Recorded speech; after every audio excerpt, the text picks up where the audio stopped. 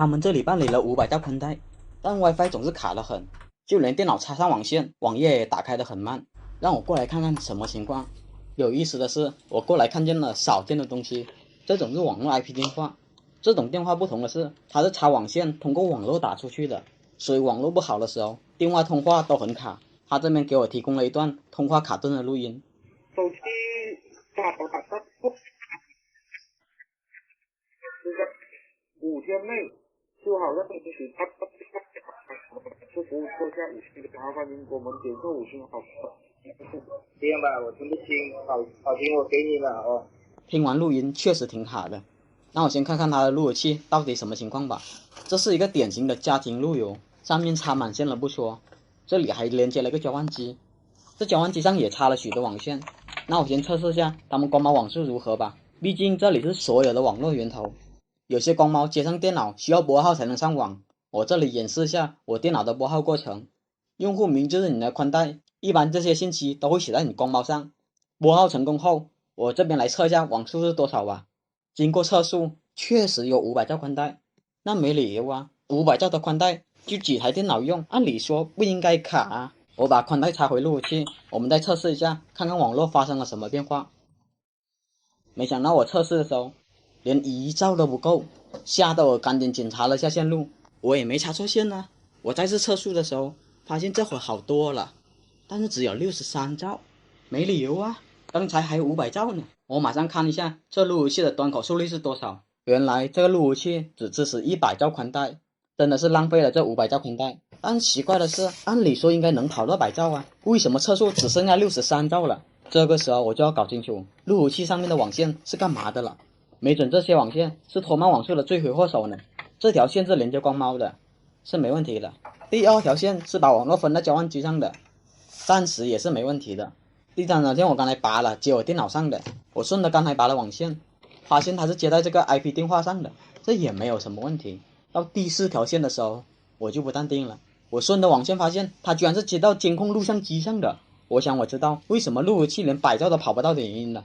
这样接的话，摄像头的大量的数据会进来这个路由器，录像机又要从这个路由器里面获取到摄像头的数据，这样会导致路由器的性能大幅度下降，网络也会变成非常的卡顿。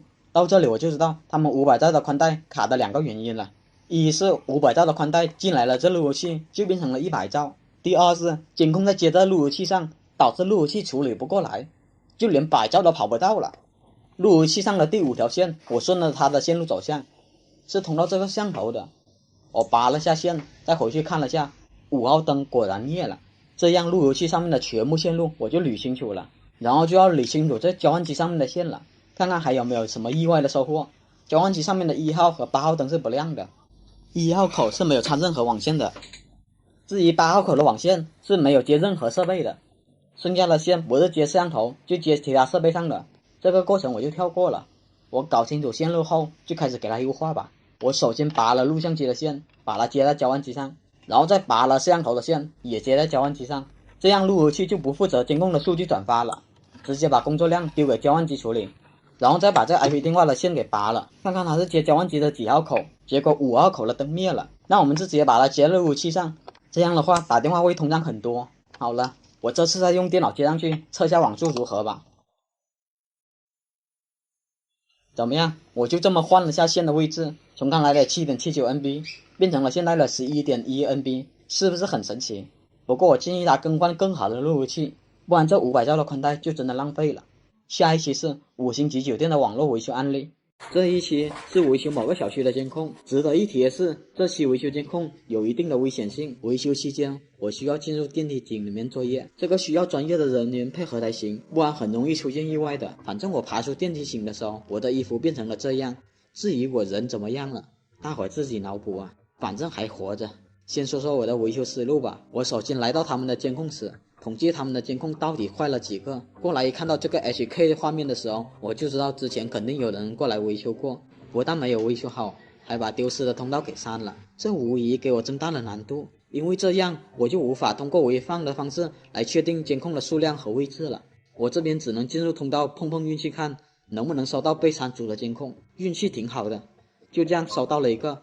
点击添加，画面就出来了一个，这算是修好了一个吧。但是没过多久，这个刚才修好了监控画面又断开了，不过这也在我意料之内，我过来就是解决这个问题的。至于怎么完全修好它，这事放在后面再说吧。好在这边的电工知道全部损坏的监控位置，这倒也省了我用数字大法来定位监控了。首先来到围墙边这个监控，我先用手盖住它，这样做的目的就是模仿黑夜。如果它没有开红外灯的话，那么它供电绝对是出了问题，或者自身损坏了。我盖了它半天没有任何反应，于是我就要检查它的电源了。结果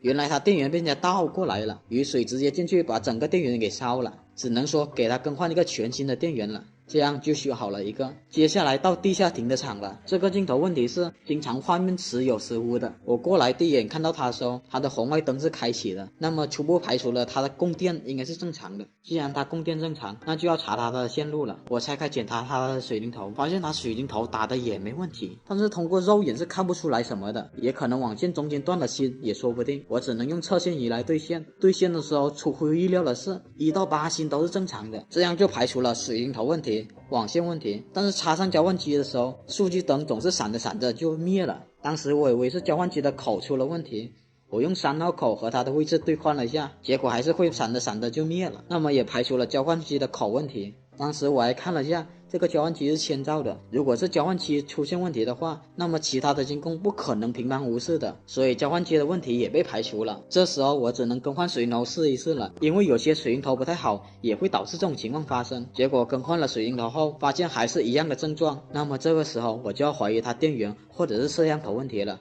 先按照低成本的方法来维修，那就是更换它的电源试一试。打算给它更换电源的时候，发现3号灯彻底不亮了。我当时维修的监控是4号灯，咋3号灯也出了问题？我过去一看的时候，还有这种好事，送上门的钱岂有不收之理？正好连你一起也维修了。这2个监控在我更换电源后，就再也没有出现了画面丢失的情况。接下来就3部电梯维修了。这3部电梯的监控是由网桥来传输数据的。我这里简单说一下什么是网桥。一般情况下，网桥是成双成对使用的，一个负责发射，一个负责接收。它的传输距离特别远，有些可以传输2公里，有些可以5公里、10公里。甚至30公里的传输。网桥就相当于一条无形的网线吧，它的广泛用途在电梯、马路、山上等不方便布线的地方。当然它也有弊端，就是用的时间久了，多少变得不稳定了。很多电梯里的监控时好时坏，大多数就是网桥不稳定导致的。便宜的做法就是重新调试一遍，但是过段时间依然会掉。